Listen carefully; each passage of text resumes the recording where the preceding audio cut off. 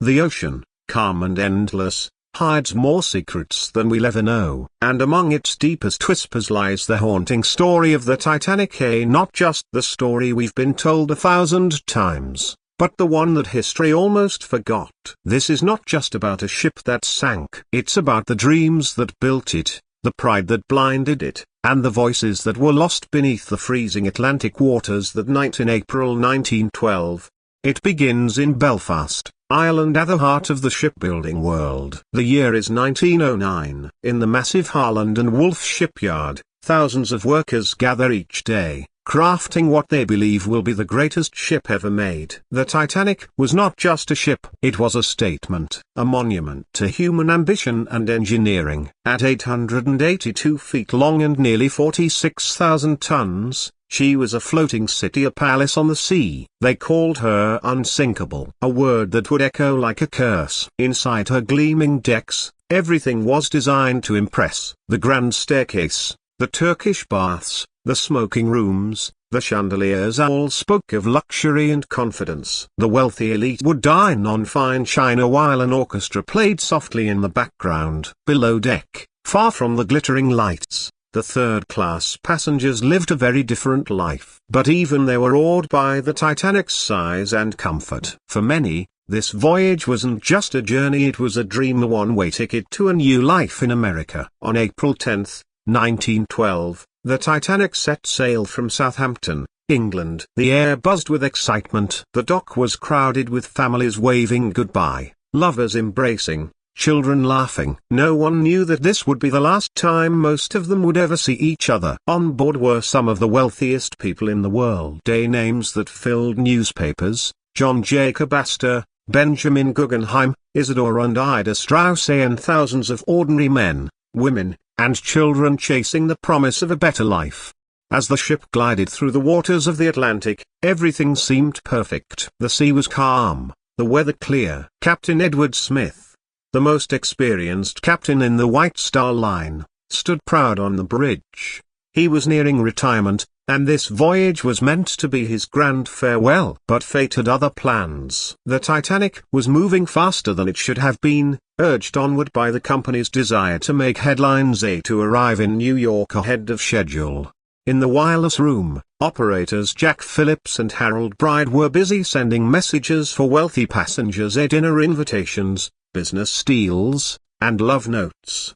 Between these, warnings began to come in from other ships, reports of icebergs ahead. The messages grew more urgent as the hours passed. But amidst the chatter, the warnings were missed, ignored, or misunderstood. The Titanic sailed on, full speed ahead, into a deadly field of ice. April 14, 1912. 11:40 p.m. The night was moonless. The ocean was like glass, reflecting nothing, hiding everything. Lookouts Frederick Fleet and Reginald Lee stood in the crow's nest, scanning the dark horizon. Suddenly, a shadow emerged, a massive and silent iceberg right ahead. Fleet shouted, ringing the warning bell. The officers on the bridge reacted instantly. Hard a starboard. The ship began to turn, but it was too late. The iceberg scraped along the Titanic's starboard side, tearing open the hull in 6 compartments. The impact seemed minor at first. Passengers felt only a faint shudder. Laughter and music continued. No one could imagine that beneath their feet, seawater was pouring in at an unstoppable rate. Within minutes, the ship's designer, Thomas Andrews, was summoned. After inspecting the damage, his face turned pale. The Titanic could stay afloat with 4 flooded compartments, maybe even 5. But 6? She's going down,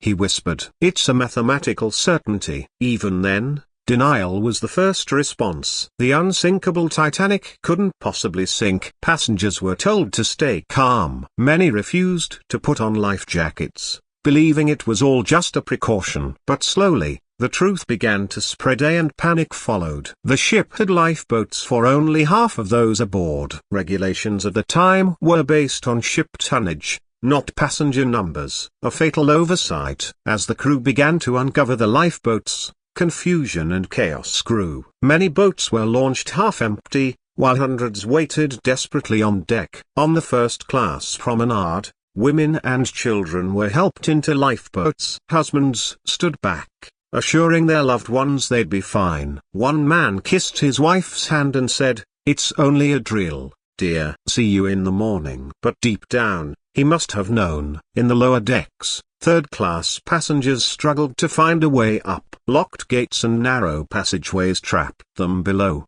and many never made it to the lifeboats. As the minutes turned into hours, the situation became surreal. The band, led by Wallace Hartley, continued to play not to entertain, but to calm. Their music drifted across the freezing air, a haunting lullaby for those facing the end. Survivors would later recall hearing the hymn nearer, "My God," to the ears. The ship began to tilt sharply forward. By 2 a.m., the Titanic's bow was deep underwater. People clung to railings, praying, crying, screaming. Captain Smith released his crew and returned to the bridge, choosing to go down with his ship. Thomas Andrews was last seen standing silently in the first-class smoking room, staring at a painting of the sea. John Jacob Astor helped his pregnant wife into a lifeboat and stepped back, never to be seen again. Ida Strauss refused to leave her husband's side, telling him, "We have lived together for many years. Where you go, I go." At 2:20 a.m., the Titanic broke in half. The lights flickered,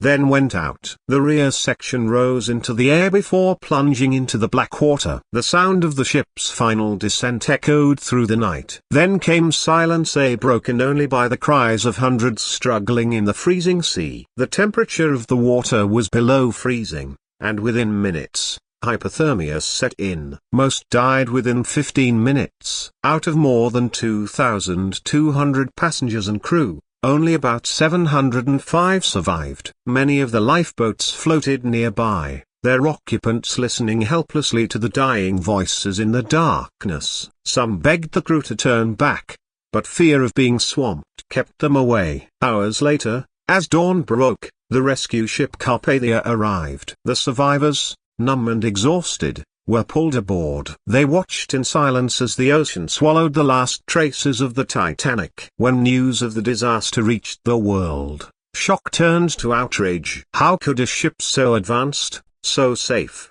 sink so completely? Inquiries were held on both sides of the Atlantic. Testimonies revealed a chain of failures, missed warnings, reckless speed, and insufficient lifeboats. But beneath the official reports, there was something deeper. The arrogance of an age that believed technology could conquer nature. The Titanic became a symbol of human pride and its limits. Yet the untold stories of the Titanic aren't just about the mistakes. They're about the people, the courage, the love, the sacrifice. The crew who stayed behind to help others escape. The engineers who kept the lights on until the very end. The musicians who played to keep people calm. The mothers who comforted their children as the water rose around them. The ordinary men and women whose names history never recorded, but whose final moments were filled with bravery and grace. For decades, the Titanic lay hidden beneath the waves, 12,500 feet down, silent and forgotten. Then, in 1985, oceanographer Robert Ballard and his team finally found her. The first images of the wreck shocked the world. The once grand ship, now split in two, covered in rust and decay. Personal belongings, shoes, letters, porcelain cups lay scattered across the seabed like frozen memories. It was no longer just a story, it was real. The Titanic was there, and it was a grave. Since then, countless expeditions have visited the site, capturing haunting footage of the ship's remains. But with each dive, questions arise. Should we disturb it? Should the Titanic rest in peace? Some call it a memorial, a reminder of the cost of human overconfidence. Others see it as history's greatest lesson, one we must never forget. And even now, more than a century later, the Titanic still captures our imagination. Movies, documentaries, songs, they all tell parts of the story. But the true story, the untold story, is not just about how the ship sank. It's about why it did and what it revealed about us. The Titanic showed how fragile we are, how easily dreams can sink when pride takes the helm. It taught us about compassion and cowardice, about love and loss. It showed us that even in our darkest moments, Humanity can shine through the coldest night. Imagine the scene. The last lifeboat disappears into the mist. The stars above are brighter than ever, as if the universe itself is watching. In the distance, the cries fade, one by one, until there's nothing left but silence. Beneath the surface, the Titanic drifts downward, deeper and deeper, until it finds its resting place on the ocean floor. And there, in the stillness, it remains a monument not just to tragedy, but to the dreams of an era that believed nothing was impossible.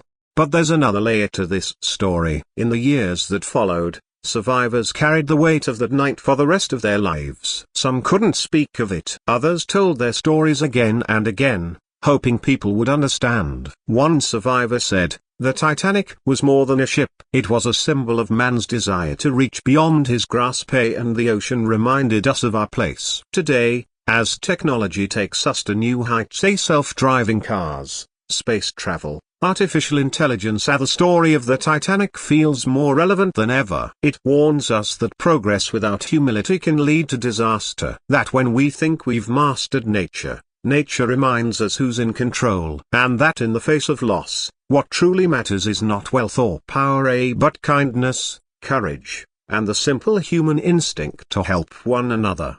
The Titanic may be gone, but its spirit endures, in the stories we tell, in the lessons we pass on, in the quiet reverence we feel when we see her name. Deep beneath the Atlantic, her wreck still lies there, slowly fading into the darkness. But every time we remember her, every time we tell her story, we bring light to that darkness again. Because the untold story of the Titanic isn't just about the night it sank. It's about the people who built her, the people who sailed her, and the people who never came home. It's about dreams too big for the world to hold. And maybe, just maybe, it's about us, our hopes, our mistakes, our will to rise again, even after we've fallen. And as the waves continue to roll above that lonely grave, the ocean keeps its secrets. But if you listen closely, you might still hear the faint echoes of music, the whispers of voices, and the beating heart of a ship that once carried the dreams of thousands. The Titanic may have sunk,